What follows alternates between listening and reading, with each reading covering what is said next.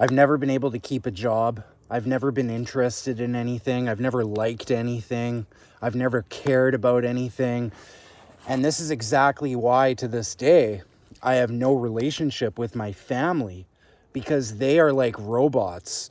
And the way they spoke to me in the past when I would tell them about a new job I'm starting or something like that, they're like, oh, what happened to this place?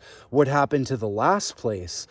And it's like, it doesn't matter what I tell them, because it's like my fault and I'm bad and I'm just a criminal and I'm no good and I can never change. And that's why it's like I got no relationship with any of them, because they're all robots. They're all complete puppets. They're okay with being used by a corporation that doesn't care about them, because they are just programmed. That's all. They can't think for themselves.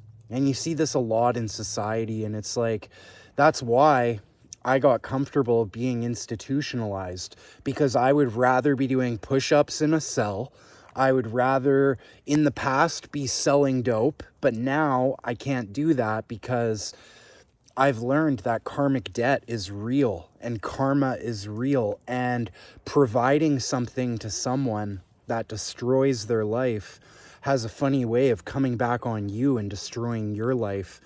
And I've learned this so many times, and I've seen this happen so many times, that it's like greed is like the root of all evil, right? Greed is like what made my family a bunch of puppets in the first place, serving a company, sacrificing your entire life to sit at a desk for 8 to 10 hours a day. I can't do it. I would rather live out here in the forest. I would rather live in my car. And at the same time, I would rather live in my car than hurt other people.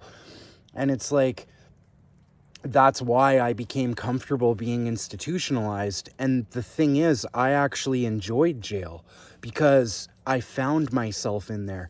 I found my daily habits and my daily process that helped me feel like the best version of myself.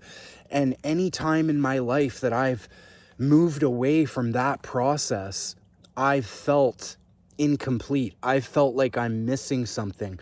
I felt like I wish I was back in jail. And now when you go in any one of these workplaces, it's such an emasculating experience that you pay the price later. It's kind of like the karmic debt I was talking about, but it's more like you have to be fake and you have to pretend that you're happy being there and being used, and listening to someone who thinks they're tough because they're in a supervisor position. They think they're above you. And it's like, these people have they have no understanding. They have no compassion.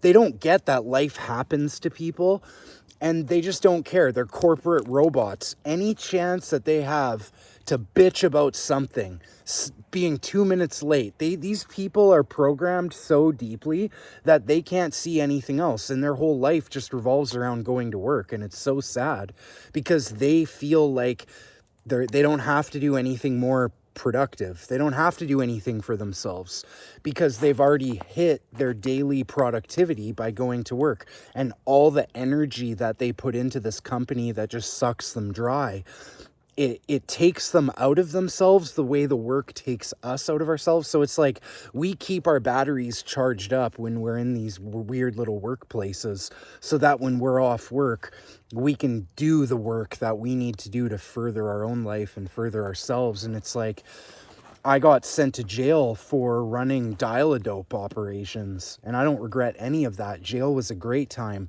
The only thing I didn't like was there was this guy on the unit named Jake Ryan.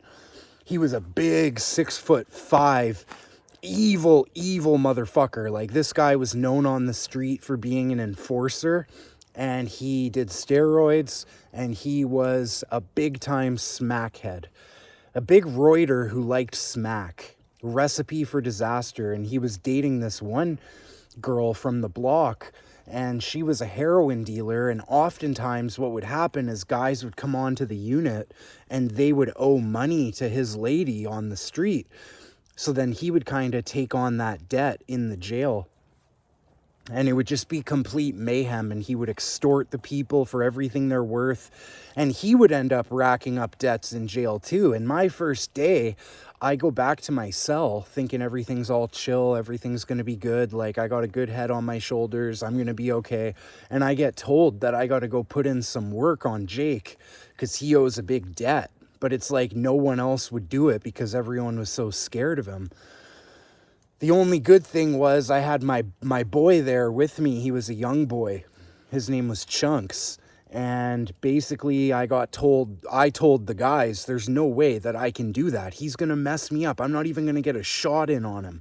I was probably 19 or 20 at the time. And they said, it's all good.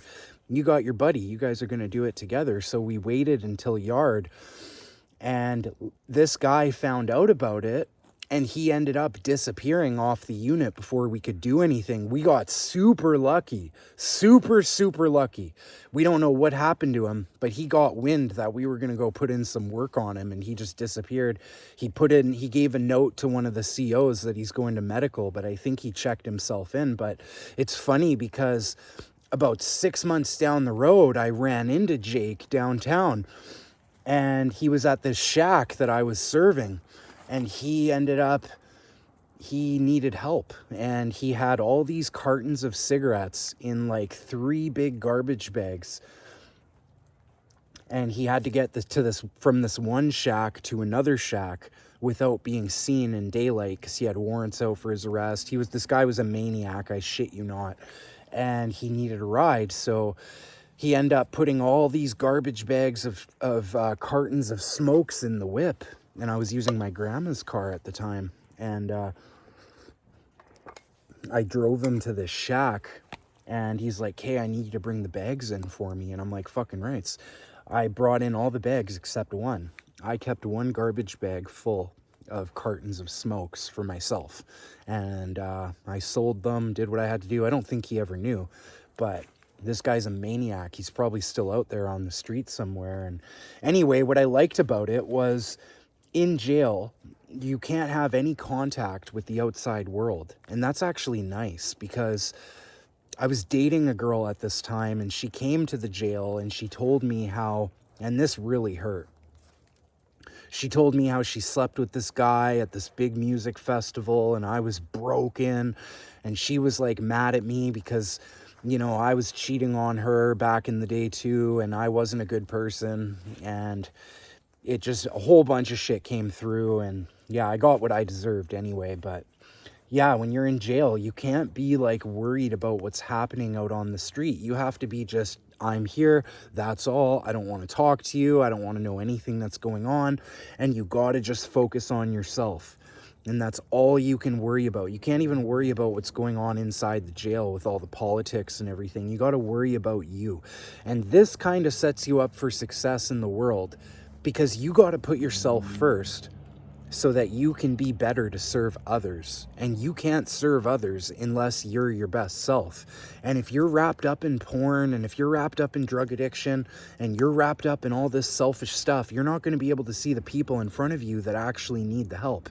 And you'd be amazed. The answer to a lot of your problems is simply just helping others and serving others. And I got so deep into my mind, body, and soul program in jail that it like I said, anytime I was out of jail and I was feeling off, if I wasn't connected to my program, going to the gym every day, going for my walk, doing my reading, doing my praying, doing my body squats, doing my push-ups at the same time every day, very regimented. You have to have a military mindset for this.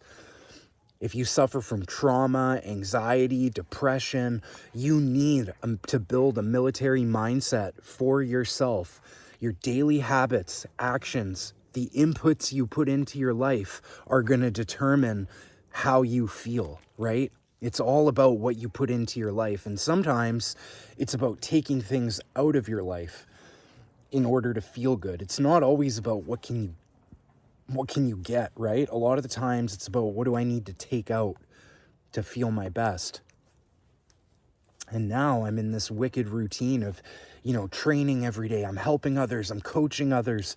I'm doing my push-ups. I'm doing my body weight squats. I'm eating my food that I'm supposed to eat. And it's like the thought of like going to the bar, selling dope, watching porn, all that stuff is gone. It doesn't even like cross my mind for a second. And it's like these challenges, like when you're in it and when you're on the unit and a young boy walks in with a bedroll, that could be you. Like that was you at one point. You were that young boy with the bedroll, right? You were the one putting in the work every day on other people and getting locked up and getting longer sentences. And it's funny because when I was the young boy going to jail, all I had was my bedroll. I didn't have money for canteen. I didn't have any of this stuff. I had to build myself from scratch and do dishes and do all this other shit. You know, mop floors, make your $2 a day and use that money, save that money, learn how to save money when you're in the unit, and buy protein powder, buy the things you need so you have a little bit of money when you come out, even if it's only $50. $50 is, you know, $50 you didn't have. So when you're in these difficult times in life, you really got to go all in on your routine and your daily habits, and you need to develop some non-negotiables for yourself so that you can set yourself up for success down the road. Because if you can do these things when life is the most difficult, you're going to surprise yourself with what you can do when things are actually chill and calm and in place.